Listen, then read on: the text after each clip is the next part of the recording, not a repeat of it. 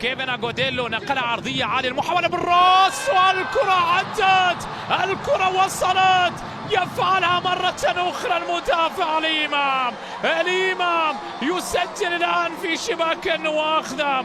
العميد النصراوي يتقدم بأول الأهداف. هكذا هو النصر، مجد لا ينكسر، جمهوره يحضر ويحتفل في هذه الليلة. الإمام يفعل ما عجز عنه المهاجمين، يفعل هذا المدافع ويسجل أول الأهداف.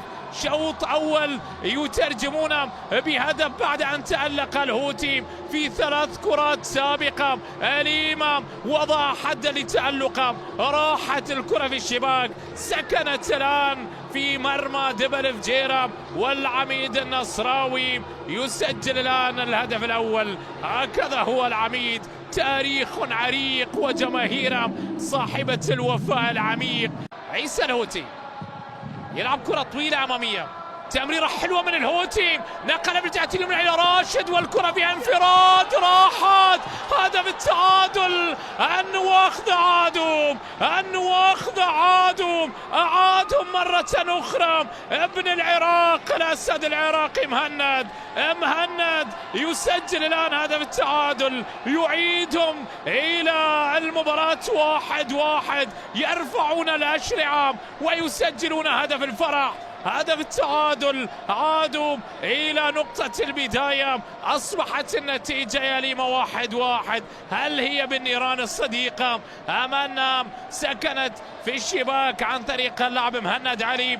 المهم بالنسبة لدبا أن الفريق عاد وأعاد الأمور، لكن لن ننسى تمريرة الهوتي اللي لعب الكرة والتمريرة الرائعة لراشد محمد عمر اللي توقعها بسرعة، وصلت الكرة إلى مهند علي، مهند المسام ابن سود الرافدين، فعلها العراقي وسجل هذا الراقي العراقي هدف التعادل. 1-1. مهند يعيد الأمور، ومهند هداف نادي دبا الفجيرة، واللاعب اللي يكفي القول بأنه تألق في أكاديمية عمو بابا. ميمي راجمة الصواريخ العراقية يتمنى بأن تلبس الكرة أقدامه وأن تذهب إلى شباك نادي النصر. التسديدة، لكن القايم ردها في اللقطة الأخيرة. هل سمعتم صوت القايم؟ هل سمعتم صوت العارضة؟ هي التي اعترضت، العارضة نعم اعترضت الطريق. مهند علي حرمت ميمي من هدف التعادل. فرصة بتضيع. اللوز لعب الكرة إلى عبد الله خميس، ملعوبة الآن عرضية بالراس، يا عيني يا سلام يا مهند. النواخذة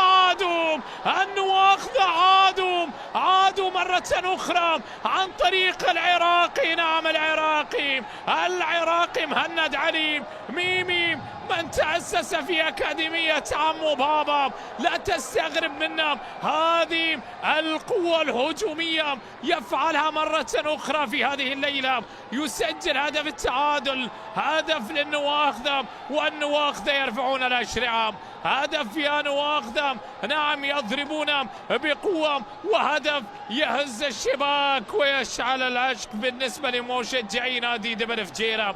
أصبحت النتيجة الآن 1-1.